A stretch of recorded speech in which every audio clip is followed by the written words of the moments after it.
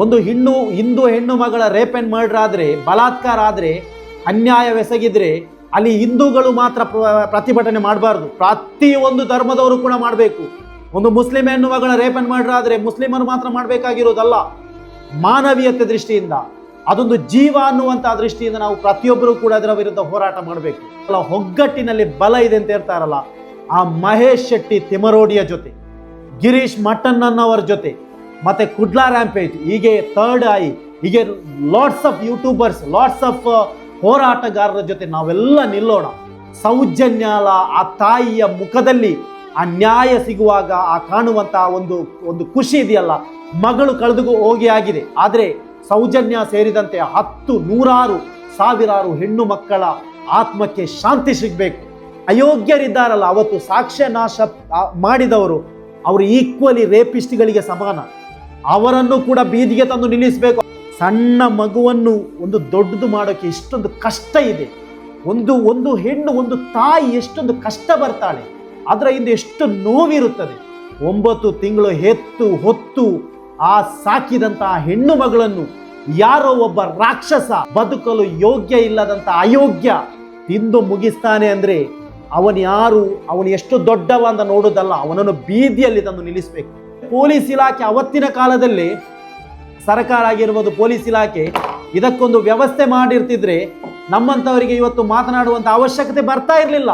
ನಾವು ನೋಡಿ, ನಾವೊಂದು ವ್ಯವಸ್ಥೆಯಲ್ಲಿ ಬದುಕ್ತಾ ಇರ್ಬೋದು, ನಾವೊಂದು ಕಾಡಿನಲ್ಲಿ ಬದುಕುವುದಲ್ಲ.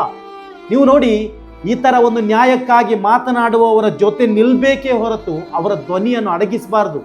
ಅಡಗಿಸಿದ್ರೆ ಉಂಟಲ್ವಾ, ಅಷ್ಟೊಂದು ಸಾವಿರಾರು, 100 ಹೆಣ್ಣು ಮಕ್ಕಳ ಆತ್ಮಕ್ಕೆ ಶಾಂತಿ ಯಾವಾಗ ಸಿಗೋದು? ಆ್ಯಕ್ಚುಲಿ ಕಳೆದ 1 ವಾರದಿಂದ ನಿಮಗೆ ಸೋಷಿಯಲ್ ಮೀಡಿಯಾ ಎಲ್ಲ ನೋಡುವವರಿಗೆ ನಿಮ್ಗೆ ಗೊತ್ತಾಗಿರ್ಬೋದು, ಒಂದು ವಿಷಯ ಬಹಳಷ್ಟು ಚರ್ಚೆ ಆಗ್ತಾ ಇದೆ. ಚರ್ಚೆ ಆಗಲೇಬೇಕಾದ ವಿಷಯ, ಕಾರಣ ಅದೊಂದು ಸಣ್ಣ ವಿಷಯ ಅಲ್ಲ. ನಮ್ಮ ಭಾರತ ದೇಶದಲ್ಲಿ ಹೆಣ್ಣು ಮಕ್ಕಳನ್ನು ದೇವತೆ ಲಕ್ಷ್ಮಿ ಅಂತೇಳಿ ಪೂಜೆ ಮಾಡ್ತಾರೆ. ಅದು ಎಲ್ಲ ಧರ್ಮದಲ್ಲೂ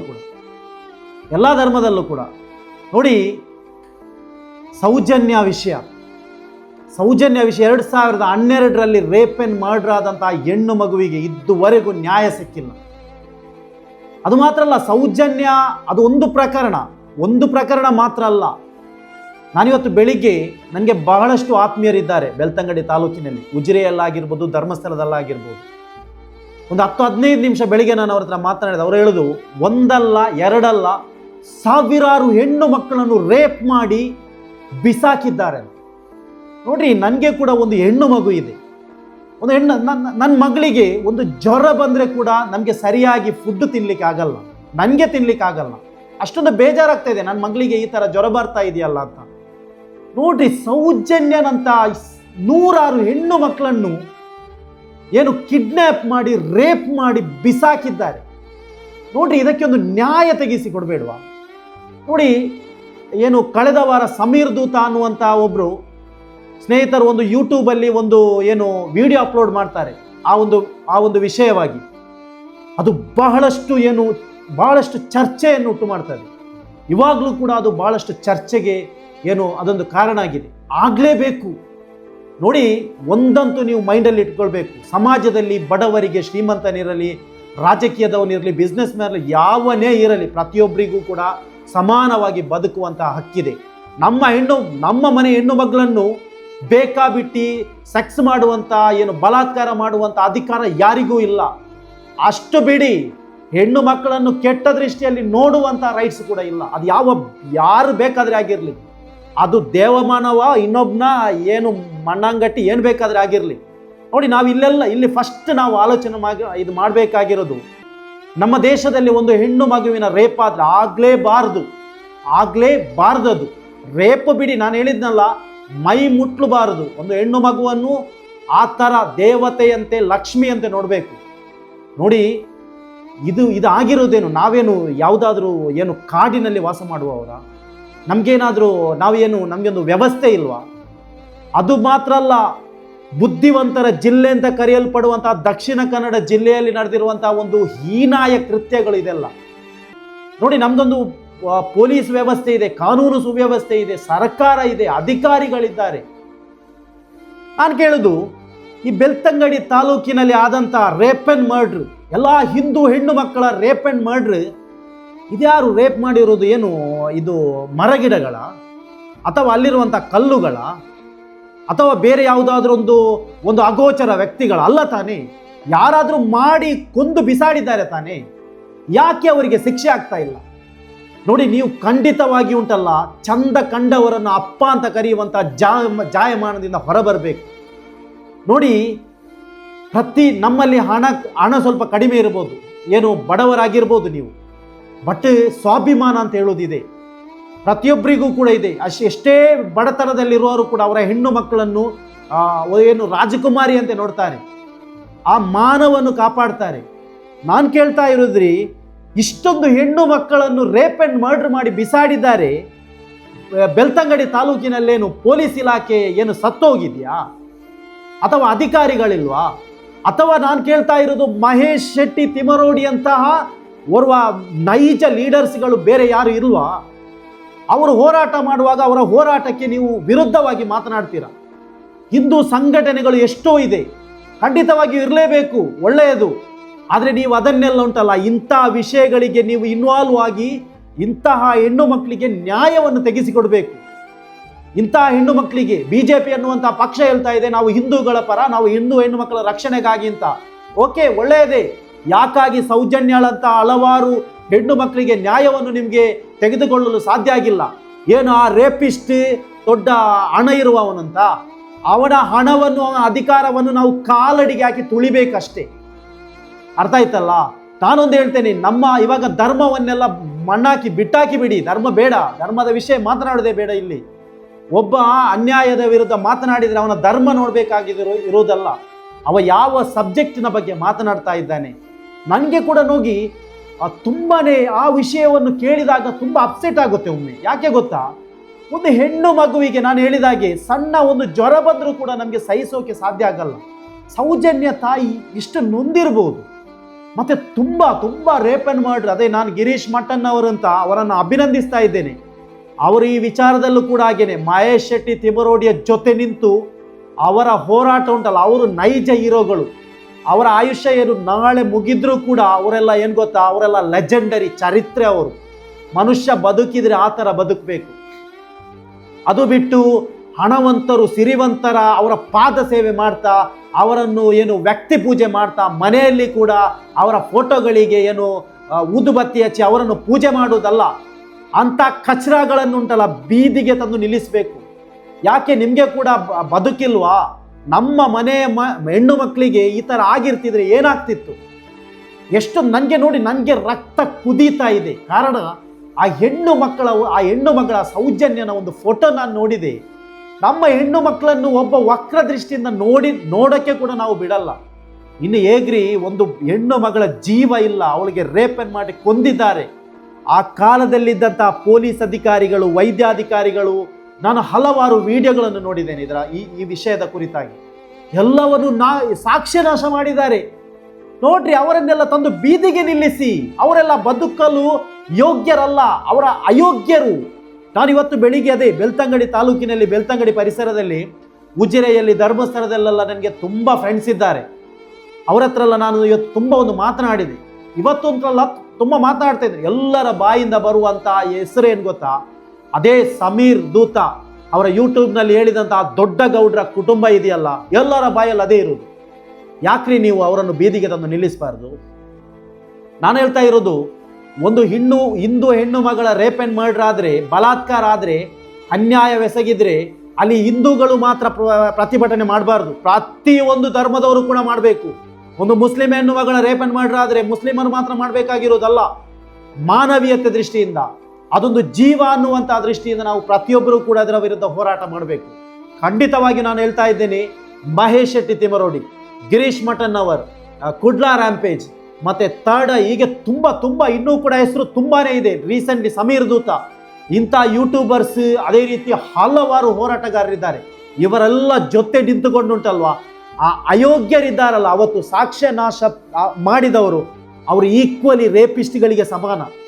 ಅವರನ್ನು ಕೂಡ ಬೀದಿಗೆ ತಂದು ನಿಲ್ಲಿಸಬೇಕು. ಅವರು ಏನು ಬದುಕಲು ಯೋಗ್ಯರಲ್ಲ, ಅಯೋಗ್ಯರು. ಅವರನ್ನು ಬೀದಿಯಲ್ಲಿ ತಂದು ನಿಲ್ಲಿಸಬೇಕು. ಅವರ ಕುಟುಂಬವನ್ನು ಕೂಡ ಇದು ಮಾಡಬೇಕು. ಏನು ಯಾಕೆ ಗೊತ್ತಾ, ಅವ್ರು ಯಾರು ಕೂಡ ಬದುಕಲು ಯೋಗ್ಯರಲ್ಲ. ಕಾರಣ ಅವ್ರಿಗೂ ಕೂಡ ಗೊತ್ತಿರ್ಬೋದು. ಏನೋ ನೋಡಿ, ಸಿರಿವಂತ ರೇಪ್ ಆ್ಯಂಡ್ ಮರ್ಡರ್ ಮಾಡಿ ಬೇಕಾದಷ್ಟು ದುಡ್ಡಿದೆ, ಬೇಕಾದಷ್ಟು ಅಧಿಕಾರ ಇದೆ, ಎಲ್ಲ ಪವರ್ ಇದೆ, ಬೇಕಾದಂಥ ಕಾಂಟ್ಯಾಕ್ಟ್ ಇದೆ. ಅವರೆಲ್ಲ ದುಡ್ಡು ಬಿಸಾಕಿ ಉಂಟಲ್ಲ ಕೆಲವರ ಬಾಯಿಯನ್ನು ಮುಚ್ಚಿಸ್ತಾರೆ. ನಾವಾಗೆಲ್ಲ ನಾವು ಅವರ ಅಧಿಕಾರವನ್ನು, ಅವರ ದುಡ್ಡನ್ನುಂಟಲ್ಲ, ನಮ್ಮ ಮಗುವಿನ ಪ್ಯಾಂಪರ್ಸ್ ಇದೆಯಲ್ಲ, ಮಗು ಪ್ಯಾಂಪರ್ಸಲ್ಲಿ ಕಕ್ಕ ಮಾಡುತ್ತಲ್ಲ, ಅದಕ್ಕೆ ಕೂಡ ನಾವು ಕಂಪೇರ್ ಮಾಡಲ್ಲ. ನಾವು ಕಾಲಡಿಯಲ್ಲಿ ಯಾಕೆ ಇದು ಮಾಡ್ತೇವೆ ಅದನ್ನೆಲ್ಲ. ಇಲ್ಲಿ ದುಡ್ಡು ಅಧಿಕಾರಕ್ಕಿಂತ ಮೇಲು ಯಾವುದು ಗೊತ್ತಾ? ಸ್ವಾಭಿಮಾನ ಕಣ್ರಿ. ಸ್ವಾಭಿಮಾನ, ನಮಗೆ ಸ್ವಾಭಿಮಾನ ಬೇಕು. ಆ ಸ್ವಾಭಿಮಾನದಲ್ಲಿ ಮನುಷ್ಯ ಬದುಕಲು ಏನು ಕಲಿಬೇಕು. ನಮ್ಮ ಹತ್ರ ಸ್ವಲ್ಪ, ನಮ್ಮಲ್ಲಿ ಬಡವರಿರ್ಬೋದು, ನಮ್ಮಲ್ಲಿ ಏನು ಅಸಮರ್ಥರಿರ್ಬೋದು, ಅಧಿಕಾರ ಇಲ್ಲದಿರ್ಬೋದು, ಸ್ವಾಭಿಮಾನ ಪ್ರತಿಯೊಬ್ಬರು ಕೂಡ ಇರುತ್ತೆ. ನೀವು ನೋಡಿ, ಈ ಒಂದು ವಿಷಯದಲ್ಲಿ ನಾನು ಖಂಡಿತವಾಗಿ ಹೇಳ್ತೇನೆ, ಈ ಒಂದು ವಿಷಯದಲ್ಲಿ ಯಾರೇ ಕೂಡ ಬಾಯಿ ಮುಚ್ಚಿಸೋಕ್ಕೆ ನೋಡಿದ್ರು ಕೂಡ, ನೋಡಿ ಸಮೀರ್ನ ಮೇಲೆ FIR ಮಾಡಲಿಕ್ಕೆ ನೋಡಿದ್ರು, ಅರೆಸ್ಟ್ ಮಾಡಲಿಕ್ಕೆ ಏನು ಟ್ರೈ ಮಾಡಿದ್ರು, ಆದರೂ ಕೂಡ ಸಾಧ್ಯ ಆಗಿಲ್ಲ. ಕಾರಣ ಆ ಸಂದರ್ಭದಲ್ಲಿ ಏನು ಗಿರೀಶ್ ಮಠನ್ನವರ್ ಮತ್ತೆ ಇವರೆಲ್ಲ ಇದ್ದಾರಲ್ಲ, ಏನರ ನಮ್ಮ ಮಹೇಶ್ ಶೆಟ್ಟಿ ತಿಮರೋಡಿ ಅಂತ ನೈಜ ಹಿಂದೂ ನಾಯಕರು. ಅವರು ಎಗೇನ್ ಹೇಳ್ತಾ ಇದ್ದೇನೆ, ಅವರು ಸೂಪರ್ ಹೀರೋಗಳು. ಅವರೆಲ್ಲ ಜೊತೆ ಸೇರಿ ಏನು ಅಲುಗಾಡಿಸಲು ಸಾಧ್ಯ ಆಗಿಲ್ಲ ಪೊಲೀಸ್ ಇಲಾಖೆಯಿಂದ. ಕಾರಣ ನೋಡಿ, ಪೊಲೀಸ್ ಇಲಾಖೆ ಹತ್ರ ಕೂಡ ನಾವು ಕ್ವಶನ್ ಮಾಡ್ತಾ ಇದ್ದೇವೆ, ಯಾಕೆ ರೇಪಿಸ್ಟ್ಗಳ ಪರ ನಿಲ್ಲುವುದು? ಇಷ್ಟೊಂದು ರೇಪ್ ಆ್ಯಂಡ್ ಮರ್ಡರ್ ಮಾಡಿರೋದು ಯಾರು? ಏನು ಇದಾನ ಮರಗಿಡಗಳು ಮಾಡಿರೋದು ಅಲ್ಲ ತಾನೇ? ಮತ್ತೆ ಯಾರು ಮಾಡಿರೋದು? ಅದನ್ನಾದರೂ ನೀವು ಹೇಳಿ, ಯಾರು ಮಾಡಿರೋದು? ಇದರ ಹಿಂದೆ ಇರುವಂಥ ಕೈವಾಡ ಯಾರದ್ದು? ಎಷ್ಟೇ ಹಣ ಇರಲಿ ಒಬ್ಬನ ಹತ್ರ, ಅವನು ಯಾವ ಅಧಿಕಾರದಲ್ಲಿ ಕೂಡ ಇರಲಿ, ಅದೆಷ್ಟೇ ದೊಡ್ಡ ಪೊಲಿಟಿಷಿಯನ್ ಆಗಿ ಬೇಕಾದರೆ ಆಗಿರಲಿ, ಅವನನ್ನು ಬೀದಿಯಲ್ಲಿ ತಂದು ನಿಲ್ಲಿಸಬೇಕು. ಅಂಥ ಒಂದು ಧೈರ್ಯಕ್ಕೆ, ಗುಂಡಿಗೆ ಎಲ್ಲರಿಗೂ ಇರಬೇಕು. ಕಾರಣ ಒಂದಲ್ಲ ಒಂದಿನ ನಮಗೆ ಸಾಯೋಕೆ ಇದೆ. ನಾವು ಸ್ವಲ್ಪ ಈ ವಿಷಯದಲ್ಲಿ ಸ್ವಲ್ಪ ಅಲರ್ಟ್ ಆಗೋಣ. ಯಾಕೆ ನೋಡಿ, ಹಲವಾರು ಮಂದಿ, ನನಗೆ ಬೆಳ್ತಂಗಡಿಯ ಸ್ನೇಹಿತ ಇವತ್ತು ಹೇಳಿದ್ದು ನೆನಪಾಗ್ತಾ ಇದೆ. ಈ ವಿಷಯದಲ್ಲಿ ಉಂಟಲ್ವಾ, ತುಂಬ ಮಂದಿ ಕಾಂಪ್ರಮೈಸ್ ಆಗಿದ್ದಾರೆ. ಏನು ಆ ಸಮೀರ್ ದೂತ ಹೇಳ್ತಾನಲ್ಲ, ದೊಡ್ಡ ಗೌಡ್ರ ಕುಟುಂಬ ಊರಿಗೆ ದೊಡ್ಡವರು ಅಂತ, ಅವರ ಹಣದ ಆ ಒಂದು ಗತ್ತಿಂದ, ಅಹಂಕಾರದಿಂದ, ಮದದಿಂದ ಹಲವಾರು ಜನರ ಬಾಯಿ ಮುಚ್ಚಿಸಿದ್ದಾರೆ. ಅದೇ ನಾನು ಹೇಳಿದಲ್ಲ, ರೇಪ್ ಆ್ಯಂಡ್ ಮರ್ಡರ್ ಕೂಡ ಹಾಗೇನೆ. ಅವರಿಗೆ ಏನು ಆ ರೇಪ್ ಆ್ಯಂಡ್ ಮಾಡಿದವರಿಗೆ ಉಂಟಲ್ವ, ಒಂದಲ್ಲ ಎರಡಲ್ಲ, ಎಷ್ಟೋ ಹೆಣ್ಣು ಮಕ್ಕಳನ್ನು ಅವರು ತಿಂದು ತೇಗಿದ್ದಾರೆ. ನೋಡ್ರಿ, ಒಂದು ಹೆಣ್ಣು ಮಗುವನ್ನು, ಸಣ್ಣ ಮಗುವನ್ನು ಒಂದು ದೊಡ್ಡದು ಮಾಡೋಕ್ಕೆ ಎಷ್ಟೊಂದು ಕಷ್ಟ ಇದೆ. ಒಂದು ಹೆಣ್ಣು, ಒಂದು ತಾಯಿ ಎಷ್ಟೊಂದು ಕಷ್ಟ ಬರ್ತಾಳೆ, ಅದರ ಹಿಂದೆ ಎಷ್ಟು ನೋವಿರುತ್ತದೆ. 9 ತಿಂಗಳು ಹೆತ್ತು ಹೊತ್ತು ಆ ಸಾಕಿದಂತಹ ಹೆಣ್ಣು ಮಗಳನ್ನು ಯಾರೋ ಒಬ್ಬ ರಾಕ್ಷಸ, ಹೀನಾಯ, ಬದುಕಲು ಯೋಗ್ಯ ಇಲ್ಲದಂಥ ಅಯೋಗ್ಯ ತಿಂದು ಮುಗಿಸ್ತಾನೆ ಅಂದರೆ ಅವನು ಯಾರು, ಅವನು ಎಷ್ಟು ದೊಡ್ಡವ ಅಂತ ನೋಡೋದಲ್ಲ, ಅವನನ್ನು ಬೀದಿಯಲ್ಲಿ ತಂದು ನಿಲ್ಲಿಸಬೇಕು. ಅವನು ಸ್ವಯಂ ದೇವಮಾನವನಂತೆ ಅವನು ಅದು ನೋಡುವುದಲ್ಲ, ಸ್ವಾಭಿಮಾನ ಇಲ್ಲಿ ಇಂಪಾರ್ಟೆಂಟ್. ಅವನನ್ನು ಕಾನೂನಿನ ಎದುರು ತಂದು ನಿಲ್ಲಿಸಬೇಕು. ಅದಕ್ಕಾಗಿ ನಾನು ಹೇಳ್ತಾ ಇರೋದು, ನೋಡಿ, ನಾನಿವಾಗ ಫಾಸ್ಟಿಂಗ್, ಉಪವಾಸ ಹಿಡಿದು ಈ ಒಂದು ವಿಡಿಯೋ ಮಾಡ್ತಾ ಇರೋದು. ತುಂಬಾ ದುಃಖ ಆಗ್ತಾ ಇದೆ, ನಮಗೆ ಅಸಹ್ಯ ಆಗ್ತಾ ಇದೆ, ಬೇಜಾರಾಗ್ತಾ ಇದೆ, ಏನು ಮಾತನಾಡಬೇಕು ಅಂತ ಗೊತ್ತಾಗ್ತಾ ಇಲ್ಲ. ಹೆಣ್ಣು ಮಗಳನ್ನು ಪೂಜಿಸುವಂಥ ದೇಶದಲ್ಲಿ, ಅದು ಮಾತ್ರ ಅಲ್ಲ ನೋಡಿ, ನಮ್ಮ ದಕ್ಷಿಣ ಕನ್ನಡ ಜಿಲ್ಲೆಗೆ ಬುದ್ಧಿವಂತರ ಜಿಲ್ಲೆ ಅಂತ ಹೆಸರಿದೆ. ನಾವು ತಲೆ ತಗ್ಗಿಸಬೇಕು. ನಮ್ಮ ಖಂಡಿತವಾಗಿ ಹೇಳ್ತಾ ಇದ್ದೇನೆ, ಹಿಂದೂ ಸಮಾಜದಲ್ಲಿ ಮಹೇಶ್ ಶೆಟ್ಟಿ ತಿಮರೋಡಿ ಅಂತ, ಗಿರೀಶ್ ಮಠನ್ನವರಂತಹ ಹಲವಾರು ನಾಯಕರು ಎದುರು ಬರಬೇಕು ಈ ಒಂದು ವಿಷಯದಲ್ಲಿ. ನೀವು ಯಾವುದೇ ರೀತಿಯ ಕಾಂಪ್ರಮೈಸ್ ಮಾಡಬಾರ್ದು ಈ ವಿಷಯದಲ್ಲಿ.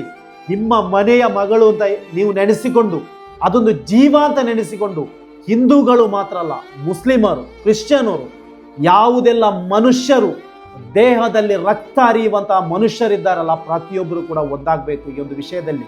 ಇವಾಗ ನೋಡಿ, ಸರ್ಕಾರ, ಪೊಲೀಸ್ ಇಲಾಖೆ ಎಲ್ಲ ಕೂಡ ಆ ರೇಪಿಸ್ಟ್ಗಳ ಪರ ಇರಲೂಬಹುದು. ಕಾರಣ ಅವರು ಅಷ್ಟೊಂದು ಪವರ್ ಇರುವವರು. ಅವರ ಪವರನ್ನೆಲ್ಲ ನಾವು ಕಾಲಡಿಗೆ ಹಾಕಿ ತುಳಿಬೇಕು. ನಾವು ಒಂದು ಕೈ ನೋಡೇ ಬಿಡೋಣ, ಯಾಕೆ ಆಗ್ತಾ ಇಲ್ಲ ಅಂತ. ನೋಡಿ, ಈ ಸಮೀರ್ ದೂತ ಅನ್ನುವಂಥ ಒಬ್ಬ ನಮ್ಮ ಆತ್ಮೀಯ ವಿಡಿಯೋ ಮಾಡಿದಾಗ ಅವನ ಧರ್ಮವನ್ನು ಹುಡುಕಿದ್ರು. ಅವನ ಧರ್ಮ ಯಾಕೆ ಹುಡುಕಬೇಕು? ಅವನು ಮಾತನಾಡಿರೋದು ನೀವು ಒಂದು 100 ಬಾರಿ ಬೇಕಿದ್ರೆ ಕೇಳಿ. ಅವನ ಮಾತಲ್ಲಿ ವಾಸ್ತವಾಂಶ ಇದೆ, ನ್ಯಾಯ ಇದೆ. ನೀವು ನೋಡಿ, ಈ ಥರ ಒಂದು ನ್ಯಾಯಕ್ಕಾಗಿ ಮಾತನಾಡುವವರ ಜೊತೆ ನಿಲ್ಬೇಕೇ ಹೊರತು ಅವರ ಧ್ವನಿಯನ್ನು ಅಡಗಿಸಬಾರ್ದು.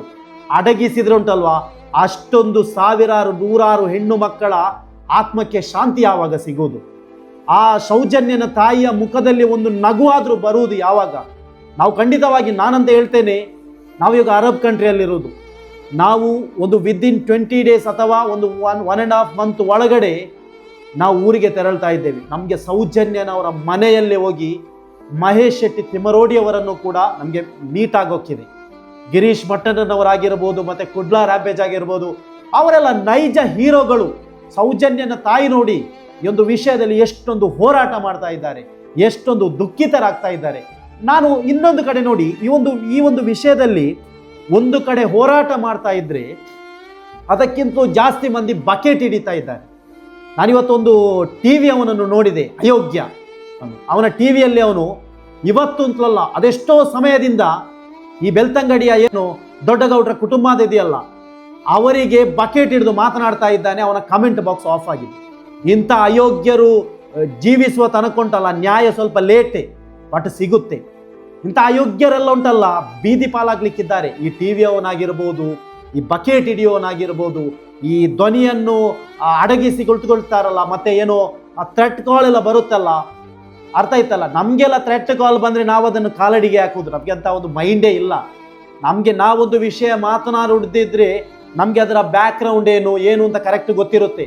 ನೂರಾರು ಸಾವಿರಾರು ವಿಡಿಯೋಸ್ಗಳನ್ನು, ಆ ಪ್ರತಿಭಟನೆಗಳನ್ನು ನಾನು ನೋಡಿದವ ಈ ವಿಷಯದಲ್ಲಿ. ಬಟ್ ನೋಡಿ, ಲಾಸ್ಟ್ ಟೈಮ್ ಸಮೀರ್ ಮಾತನಾಡಿದಂಥ ವಿಡಿಯೋದಲ್ಲಿ ಅವನ ಧರ್ಮವನ್ನು ಯಾಕೆ ಹುಡುಕುವುದು? ನೀವು ಧರ್ಮವನ್ನು ಹುಡುಕಿದ್ರೆ ಏನು ನಿಮಗೆ ನ್ಯಾಯ ಸಿಗುತ್ತಾ? ಓಕೆ, ನಿಮಗೆ ಸೌಜನ್ಯನಿಗೆ ನ್ಯಾಯ ಸಿಗುವುದಿದ್ರೆ ನೀವು ಧರ್ಮವನ್ನು ಹುಡುಕಿ, ಪರವಾಗಿಲ್ಲ, ನಿಮ್ಗೇನು ಸಿಗಲ್ಲ. ನೀವು ನೋಡಿ, ನೀವೆಲ್ಲ ಜೊತೆ ನಿಂತುಂಟಲ್ವಾ, BJP ಆಗಿರ್ಬೋದು, ಹಿಂದೂ ಸಂಘಟನೆಗಳಾಗಿರ್ಬೋದು, ದಯವಿಟ್ಟು ನಿಮ್ಮ ಹತ್ರ ನಾವು ರಿಕ್ವೆಸ್ಟ್ ಮಾಡೋದು, ನಿಮ್ಮ ಹತ್ರ ಪ್ರೀತಿ ಇದೆ, ಅಭಿಮಾನವಿದೆ, ದಯವಿಟ್ಟು ನೀವು ಈ ಒಂದು ಸೌಜನ್ಯನಂತಹ ಸಾವಿರಾರು ಹೆಣ್ಣು ಮಕ್ಕಳ ರೇಪ್ ಅಂಡ್ ಮರ್ಡರ್ ಆಗಿದೆ ಅಲ್ಲ, ನೀವೊಂದು ನ್ಯಾಯ ತೆಗೆದುಕೊಡಿಸಿ. ದಯವಿಟ್ಟು ನೀವು ಮಹೇಶ್ ಶೆಟ್ಟಿ ತಿಮರೋಡಿಯ ಅವರ ಜೊತೆ ನಿಲ್ಲಿ, ನೀವು ಅವರಿಗೆ ಬಲ ಆಗಿ. ನೀವು ಯಾರಿಗೂ, ಯಾವ ಅಧಿಕಾರಿಗೂ, ಯಾವ ಸರ್ಕಾರಕ್ಕೂ ಕೂಡ ಏನು ಮಾಡಲಿಕ್ಕೆ ಸಾಧ್ಯ ಇಲ್ಲ. ಅವರು ತಲೆ ಬಾಗಲೇಬೇಕು, ಅವರು ಕಾನೂನಿನ ಎದುರು ತಲೆ ಬಾಗಲೇಬೇಕು. ಬಟ್ ಒದ್ದಿರ ಬಾಗ್ತಾರೆ, ಬಟ್ ಲೇಟ್ ಆಗ್ಬೋದು. ಬಟ್ ಇದು ಆದಷ್ಟು ಬೇಗ ಮಾಡಬೇಕಾದಂಥ ಕೆಲಸ. ಕಾರಣ ನೋಡಿ, ನೀವು ಜಸ್ಟ್ ಇಮ್ಯಾಜಿನ್ ಮಾಡಿ, ಆ ಹೆಣ್ಣು ಬಗ್ಗೆ ಎಷ್ಟು ನರಳಿರ್ಬೋದು ನೋಡಿ. ಏನು ತಿನ್ನದೆ ಮನೆಯಿಂದ ಹೊರಟಂತಹ ಸೌಜನ್ಯ ಅನ್ನುವಂತಹ ಹೆಣ್ಣು ಬಾಳೆ ಎಷ್ಟೊಂದು ನರಳಿರ್ಬೋದು ನೋಡಿ. ಸಂತೋಷ್ ರಾವ್ ಅನ್ನುವಂಥ ಓರ್ವನನ್ನು ಫಿಕ್ಸ್ ಮಾಡಿ ಕೊನೆಗೆ ಏನು 10 ವರ್ಷ 9 ವರ್ಷ ಏನು ಜೈಲಲ್ಲಿಟ್ಟು ನಿರಪರಾಧಿ ಅಂತೇಳಿ ಬಿಡ್ತಾರೆ. ಅವನಿಗೆ ಅವನ ಒಂದು ಸಮಯವನ್ನು ಕೊಡಲಿಕ್ಕೆ ನಿಮಗೆ ಸಾಧ್ಯ ಇದೆಯಾ? ಏನು ವ್ಯವಸ್ಥೆ ರೀ ಇದು? ಏನು ಅವ್ಯವಸ್ಥೆ? ಮತ್ತೆ ಪೊಲೀಸ್ ಇಲಾಖೆ, ಈ ಒಂದು ಕಾನೂನು ಸರ್ಕಾರ ಎಲ್ಲ ಯಾಕೆ ಇರುವುದು? ಅವನು ನಿರಪರಾಧಿಯಂತೆ, ಎಲ್ಲ ಅವನಿಗೆ ಯಾವುದೇ ಸಾಕ್ಷ್ಯಾಧಾರದ್ದಿರಲ್ಲ, ಅವನು ನಿರಪರಾಧಿ ಅಂತ ಎಲ್ರಿಗೂ ಕೂಡ ಗೊತ್ತಿತ್ತು. ಮತ್ತೆ ಯಾಕ್ರಿ ಅವನನ್ನು ಇಷ್ಟು ವರ್ಷ ನೀವು ಜೈಲಲ್ಲಿ ಇಟ್ಟುಕೊಳ್ಳೋದು? ಖಂಡಿತವಾಗಿಯೂ ಸಾಧ್ಯ ಇಲ್ಲ. ನಿಮಗೆ ಕೆಲವು ವ್ಯಕ್ತಿಗಳ ಏನು ಧ್ವನಿಯನ್ನು ನಿಮಗೆ ಅಡಗಿಸ್ಬೋದು, ಅದು ನಿಮಗೆ ಮಾಡಲಿಕ್ಕೆ ಸಾಧ್ಯ ಇದೆ. ನೀವು ಥ್ರೆಟ್ ಕೊಡ್ಬೋದು, ಕೊಲೆ ಬೆದರಿಕೆ ಕೊಡ್ಬೋದು, ಬೇರೆ ಏನಾದರೂ ಯಾವುದೇ ರೂಪದಲ್ಲಿ ನಿಮ್ಗೆ ಎದುರಿಸ್ಬೋದು. ಆದರೆ ಎಲ್ಲರನ್ನು ನಿಮಗೆ ಸಾಧ್ಯ ಇಲ್ಲ. ಕಾರಣ ಉಂಟಲ್ಲ, ನಾವೆಲ್ಲ ಉಂಟಲ್ಲ, ಒಬ್ಬನ ಹತ್ರ ಹಣ ಇದೆ, ಆಸ್ತಿ ಇದೆ, ಅಂತಸ್ತಿದೆ ಇದೆ ಅಂತ ಹೇಳಿ ಚಂದ ಕಂಡವರನ್ನು ಅಪ್ಪ ಅಂತ ಕರೆಯುವಂಥ ಜಾಯಮಾನದವರಲ್ಲ. ನಮ್ಮ ಅಪ್ಪ ಮಾತ್ರ ನಮಗೆ ಅಪ್ಪ. ಅರ್ಥ ಆಯ್ತಲ್ಲ? ಈ ಒಂದು ವಿಷಯದಲ್ಲಿ ಎಗೇನ್ ಹೇಳ್ತಾ ಇದ್ದೇನೆ, ಜಾತಿ ಧರ್ಮ ಎಲ್ಲವನ್ನು ಬದಿಗಿಡಿ. ಪ್ರತಿಯೊಬ್ಬರೂ ಕೂಡ ಈ ಒಂದು ಸೌಜನ್ಯ ಆಗಿರ್ಬೋದು, ಆ ನೂರಾರು ಸಾವಿರಾರು ಹೆಣ್ಣು ಮಕ್ಕಳ ಬೆಳ್ತಂಗಡಿ ತಾಲೂಕಿನಲ್ಲಿ ನಡೆದಂಥ ಹೆಣ್ಣು ಮಕ್ಕಳ ರೇಪ್ ಅಂಡ್ ಮರ್ಡ್ರಿಗೆ ಯಾರು ಕಾರಣರು, ತಪ್ಪಿತಸ್ಥರು ಯಾರು, ಅವರಿಗೆ ಅವರ ಚಳಿ ಬಿಡಿಸಬೇಕು, ಬೀದಿಯಲ್ಲಿ ತಂದು ನಿಲ್ಲಿಸಬೇಕು, ಅವರನ್ನು ಊರಿಂದ ಓಡಿಸುವಂತಹ ವ್ಯವಸ್ಥೆ ಆಗಬೇಕು, ಜೈಲಲ್ಲಿ ಕೊಳೆಯುವಂತಹ ವ್ಯವಸ್ಥೆ ಮಾಡಿಸಬೇಕು. ಇಲ್ಲಾಂದರೆ ಅವರು ನೋಡಿ, ಅದೆಷ್ಟು ಹೆಣ್ಣು ಮಕ್ಕಳನ್ನು ತಿಂದು ತೇಗಿ ಆಗಿದೆ, ಅವರು ಬಹಳಷ್ಟು ಸುಖದ ಜೀವನವನ್ನು ನೋಡಿ ಆಗಿದೆ, ಅವರು ಇನ್ನೂ ಬದುಕಲು ಯೋಗ್ಯರಲ್ಲ. ಈ ಮುಂಚೆ ಅವರು ಬದುಕಲಿಕ್ಕೆ, ಭೂಮಿ ಮೇಲೆ ಬದುಕಲಿಕ್ಕೆ ಯೋಗ್ಯರೇ ಅಲ್ಲ. ಇನ್ನೂ ಅವರನ್ನು ಬದುಕಲು ನಾವು ಬಿಡಲೇಬಾರದು. ಸಮಾಜದಲ್ಲಿ ಉಂಟಲ್ಲ, ನ್ಯಾಯಯುತವಾಗಿ ಬದುಕಲು ಅವರು ಯೋಗ್ಯರೇ ಅಲ್ಲ. ದಯವಿಟ್ಟು ಪ್ರತಿಯೊಬ್ಬರೂ ಕೂಡ, ಯೂಟ್ಯೂಬರ್ಸ್ ಆಗಿರ್ಬೋದು, ಅಲ್ಲದವರಾಗಿರ್ಬೋದು, ಸಾಮಾಜಿಕ ಕಾರ್ಯಕರ್ತರಾಗಿರ್ಬೋದು, ಪ್ರತಿಯೊಬ್ಬರು ಜನಸಾಮಾನ್ಯರು ಕೂಡ ಈ ಒಂದು ವಿಷಯದಲ್ಲಿ ದೊಡ್ಡ ರೆವಲ್ಯೂಷನ್ ಮಾಡಬೇಕು. ಕಾರಣ ನೀವು ನೋಡಿ, ಪೊಲೀಸ್ ಇಲಾಖೆ ಅವತ್ತಿನ ಕಾಲದಲ್ಲಿ, ಸರ್ಕಾರ ಆಗಿರ್ಬೋದು, ಪೊಲೀಸ್ ಇಲಾಖೆ ಇದಕ್ಕೊಂದು ವ್ಯವಸ್ಥೆ ಮಾಡಿರ್ತಿದ್ರೆ ನಮ್ಮಂಥವರಿಗೆ ಇವತ್ತು ಮಾತನಾಡುವಂಥ ಅವಶ್ಯಕತೆ ಬರ್ತಾ ಇರಲಿಲ್ಲ. ನಾವು ನೋಡಿ, ನಾವೊಂದು ವ್ಯವಸ್ಥೆಯಲ್ಲಿ ಬದುಕ್ತಾ ಇರ್ಬೋದು, ನಾವೊಂದು ಕಾಡಿನಲ್ಲಿ ಬದುಕುವುದಲ್ಲ, ನಾವೊಂದು ಯಾವುದೋ ಒಂದು ವ್ಯವಸ್ಥೆ ಇಲ್ಲದ ಜಾಗದಲ್ಲಿ ಬದುಕುವುದಲ್ಲ. ಬುದ್ಧಿವಂತರ ಜಿಲ್ಲೆ ಅಂತ ಕರೆಯುವಂಥ ದಕ್ಷಿಣ ಕನ್ನಡ ಜಿಲ್ಲೆಯಲ್ಲಿ ನಡೆದಿರುವಂಥ ಈ ಕೃತ್ಯಗಳು ಬಯಲಿಗೆ ಬರಲೇಬೇಕು. ಅದಕ್ಕಾಗಿ ಏನು ಗೊತ್ತಾ, ನಾವು ಅದ್ಯಾರೇ ನಮಗೆ ಕೊಲೆ ಬೆದರಿಕೆ ಆಗಲಿ, ನಮ್ಮನ್ನು ಹಿಂಸೆ ಮಾಡಲಿಕ್ಕೆ ಬರಲಿ, ನಾವು ಬಿಟ್ಟು ಕೊಡಲೇಬಾರ್ದು. ಒಂದಲ್ಲ ಕೆಲವೊಂದುಂಟಲ್ಲ, ಒಗ್ಗಟ್ಟಿನಲ್ಲಿ ಬಲ ಇದೆ ಅಂತ ಹೇಳ್ತಾರಲ್ಲ, ಆ ಮಹೇಶ್ ಶೆಟ್ಟಿ ತಿಮರೋಡಿಯ ಜೊತೆ, ಗಿರೀಶ್ ಮಟ್ಟಣ್ಣನವರ ಜೊತೆ, ಮತ್ತೆ ಕುಡ್ಲಾ ರ್ಯಾಂಪೇಜ್, ಹೀಗೆ ಥರ್ಡ್ ಐ, ಹೀಗೆ lots of YouTubers, lots of ಹೋರಾಟಗಾರರ ಜೊತೆ ನಾವೆಲ್ಲ ನಿಲ್ಲೋಣ. ಸೌಜನ್ಯಾಲ ಆ ತಾಯಿಯ ಮುಖದಲ್ಲಿ ಆ ನ್ಯಾಯ ಸಿಗುವಾಗ ಆ ಕಾಣುವಂಥ ಒಂದು ಖುಷಿ ಇದೆಯಲ್ಲ, ಮಗಳು ಕಳೆದು ಹೋಗಿ ಆಗಿದೆ. ಆದರೆ ಸೌಜನ್ಯ ಸೇರಿದಂತೆ 10, 100, ಸಾವಿರಾರು ಹೆಣ್ಣು ಮಕ್ಕಳ ಆತ್ಮಕ್ಕೆ ಶಾಂತಿ ಸಿಗಬೇಕು. ಮುಂದಿನ ಜನರೇಷನ್ ಇದೆಯಲ್ಲ, ಅವರು ಈ ರಾಕ್ಷಸರ ಚರಿತ್ರೆಯನ್ನು ಅವರು ಓದಬೇಕು, ಅವ್ರಿಗೆ ಗೊತ್ತಾಗಬೇಕು. ಹಣ ಇದ್ದರೆ, ಅಧಿಕಾರ ಇದ್ದರೆ ಒಂದು ಹೆಣ್ಣನ್ನು ನಮಗೆ ಬಲಾತ್ಕಾರ ಮಾಡಲಿಕ್ಕೆ ಸಾಧ್ಯ ಇಲ್ಲ, ಸ್ವಾಭಿಮಾನದಿಂದ ಮಾತ್ರ ಇಲ್ಲಿ ಜೀವಿಸಬೇಕು ಅಂತ ಒಂದು ಮೆಸೇಜನ್ನು ನಾವು ಫ್ಯೂಚರ್ ಜನರೇಷನ್ಗೆ ಕೊಡಬೇಕು. ಅದು ಬಿಟ್ಟು ನಾವು ಇವತ್ತು ನಾಳೆ ತೀರಿ ಹೋಗ್ಬೋದು, ನಮ್ಮ ಮುಂದಿನ ಜನಾಂಗ ಇವತ್ತು ಯಾರಿದ್ದಾರೆ ಇವರ ಫ್ಯಾಮಿಲಿ ಹೀಗೆ ಮುಂದುವರಿದ್ರೆ, ಇವರ ಈ ಒಂದು ರೇಪಿಸ್ಟ್, ಈ ಒಂದು ಬಲಾತ್ಕಾರಿಗಳ ಕುಟುಂಬ ಹೀಗೆ ಮುಂದುವರಿದ್ರೆ ಮುಂದೆ ಕೂಡ ಬಹಳಷ್ಟು ಆಪತ್ತು ಎದುರಾಗ್ಬೋದು. ಕಾರಣ ಅವರಿಗೆ ಗೊತ್ತಿರ್ಬೋದು ನಮ್ಮನ್ನು ಯಾರಿಗೆ ಏನು ಮಾಡಲಿಕ್ಕೆ ಸಾಧ್ಯ ಇಲ್ಲ ಅಂತ. ಸಾಧ್ಯ ಇದೆ ಅಂತ ನಾವು ಪ್ರೂವ್ ಮಾಡಿಸ್ಬೇಕು. ಅದೆಷ್ಟೇ ದೊಡ್ಡ ಹೋರಾಟ ಬೇಕಾದ್ರೆ ಆಗಿರಲಿ, ಪ್ರತಿಯೊಬ್ಬರು ಕೂಡ ಕೈ ಜೋಡಿಸಬೇಕು. ಆ ಹೆಣ್ಣು ಮಗಳಲ್ಲ, ನಮ್ಮ ಮನೆಯ ಮಗಳಿಗೆ, ಸೌಜನ್ಯ ಸೇರಿದಂತೆ ಎಲ್ಲ ಹೆಣ್ಣು ಮಕ್ಕಳಿಗೆ ಯಾರೆಲ್ಲ ಅನ್ಯಾಯವಾಗಿ ಕೊಲ್ಲಲ್ಪಟ್ಟಿದ್ದಾರೆ ಅವರ ಪ್ರತಿ ಒಂದು ರಕ್ತಕ್ಕೂ, ಅವರ ಪ್ರತಿ ಒಂದು ಜೀವಕ್ಕೂ ಆ ಬೆಲೆ ಬರಬೇಕು. ಯಾರೆಲ್ಲ ಇದ್ದಾರೆ ಕುಟುಂಬಿಕರು, ಅವರಿಗೆ ನ್ಯಾಯ ಸಿಗಬೇಕು. ಈ ಒಂದು ವಿಷಯದಲ್ಲಿ ಪ್ರತಿಯೊಬ್ಬರು ಕೂಡ ಕೈ ಜೋಡಿಸಬೇಕು. ನಿಮಗೆ ಬರುವಂಥ ಬೆದರಿಕೆ ಆಗಿರ್ಬೋದು, ನಿಮಗೆ ಆಗಿರುವಂಥ ಏನು ಇಲ್ಲಿಂದ ಬರುವಂಥ ಕರೆಗಳಾಗಿರ್ಬೋದು, ಯಾವುದನ್ನು ಕೂಡ ಮೈಂಡ್ ಮಾಡದೆ ಇದರ ಹೋರಾಟದಲ್ಲಿ ಇವಾಗ ಯಾರೆಲ್ಲ ಇದ್ದಾರೋ ಅವರ ಜೊತೆಯಲ್ಲಿ ಕೈ ಜೋಡಿಸಬೇಕು ದಯವಿಟ್ಟು. ಕಾರಣ ಈ ಥರ ಬಿಟ್ಟರೆ ನಾವು ಕೂಡ ಸಮಾಜದಲ್ಲಿ ಬದುಕಲು ಯೋಗ್ಯರೇ ಅಲ್ಲ, 100% ಯೋಗ್ಯರಲ್ಲ. ಬಿಕಾಸ್ ನೋಡ್ರಿ, ಎಷ್ಟೊಂದು ಅಮಾಯಕ ಜೀವಗಳು ಬಲಿಯಾಗಿರೋದು. ಅವ್ರೇನು ತಪ್ಪು ಮಾಡಿದ್ದಾರೆ? ನಾನು ಕೇಳ್ತಾ ಇರೋದು, ಅವ್ರೇನು ತಪ್ಪು ಮಾಡಿದ್ದಾರೆ? ಅವರ ಮನೆಯವರೇನು ತಪ್ಪು ಮಾಡಿದ್ದಾರೆ? ಸೌಜನ್ಯರಿಗೆ ನ್ಯಾಯ ಸಿಗಲಿಲ್ಲ ಅಂತ ಹೇಳಿದ್ರೆ ನಾವು ಯಾರೂ ಕೂಡ, ಅದು ಹಿಂದೂಗಳಾಗಿರಲಿ, ಮುಸ್ಲಿಮರಾಗಿರಲಿ, ಕ್ರಿಶ್ಚಿಯರಾಗಿರಲಿ, ನಮ್ಮ ದಕ್ಷಿಣ ಕನ್ನಡ ಜಿಲ್ಲೆಯವರು ಎಸ್ಪೆಷಲಿ ನಾವು ಬದುಕಲು ಯೋಗ್ಯರೇ ಅಲ್ಲ, ನಾವು ಮುಖ ತೋರಿಸಲು ಯೋಗ್ಯರೇ ಅಲ್ಲ. ನೋಡೋಣ ಒಂದು ಕೈ ಅವರಿಗೆ, ಆ ಒಂದು ರಾಕ್ಷಸರಿಗೆ, ಆ ಒಂದು ವಿಕೃತ ಕಾಮುಕರಿಗೆ, ಬದುಕಲು ಯೋಗ್ಯತೆ ಇಲ್ಲದ ಅಯೋಗ್ಯರಿಗೆ ಶಿಕ್ಷೆ ಆಗೋ ತನಕ ನಾವು ಬಿಡುವ ಮಾತೇ ಇಲ್ಲ. ಪ್ರತಿಯೊಬ್ಬರೂ ಕೂಡ ಮಹೇಶ್ ಶೆಟ್ಟಿ ತಿಮರೋಡಿಯ ಜೊತೆಯಲ್ಲಿ, ಗಿರೀಶ್ ಮಠಣ್ಣವರ ಜೊತೆಯಲ್ಲಿ ಕೈ ಜೋಡಿಸಬೇಕು. ಇದೇ ರೀತಿ ನಾವು ಮಾತನಾಡುವ ರೀತಿ ನೀವು ಕೂಡ ಸೋಷಿಯಲ್ ಮೀಡಿಯಾದಲ್ಲಿ ಮಾತನಾಡಬೇಕು. ಪ್ರತಿಯೊಬ್ಬರಿಗೂ ಕೂಡ ಆ ಒಂದು ರಾಕ್ಷಸರ ಕುಟುಂಬ, ಏನು ಸಮೀರ್ ದೂತ ಹೇಳಿರುವಂತಹ ದೊಡ್ಡ ಗೌಡರ ಕುಟುಂಬ, ಅವರು ರೇಪಿಸ್ಟ್ಗಳಿಗೆ ಯಾರು ಇದರಲ್ಲಿ ಭಾಗಿಯಾಗಿದ್ದಾರೆ, ಪೊಲೀಸ್ ಅಧಿಕಾರಿಗಳು ಇರ್ಬೋದು, ಆ ವ್ಯವಸ್ಥೆಯಲ್ಲಿ ಏನು ಹಣ ತಗೊಂಡು ಇದನ್ನು ಒಂದು ಮುಚ್ಚಿ ಹಾಕುವಂಥ ಪ್ರಯತ್ನ ಮಾಡಿದ್ದಾರೆ, ಎಲ್ಲರನ್ನೂ ಕೂಡ ಬೀದಿಗೆ ತರುವಂಥ ಒಂದು ಬಲು ದೊಡ್ಡ ಕ್ರಾಂತಿಯನ್ನು ಉಂಟು ಮಾಡಬೇಕು ಅಂತ ನಾವು ಈ ಒಂದು ಬ್ಲಾಗ್ನಲ್ಲಿ ಕೇಳ್ತಾ ಇದ್ದೇವೆ.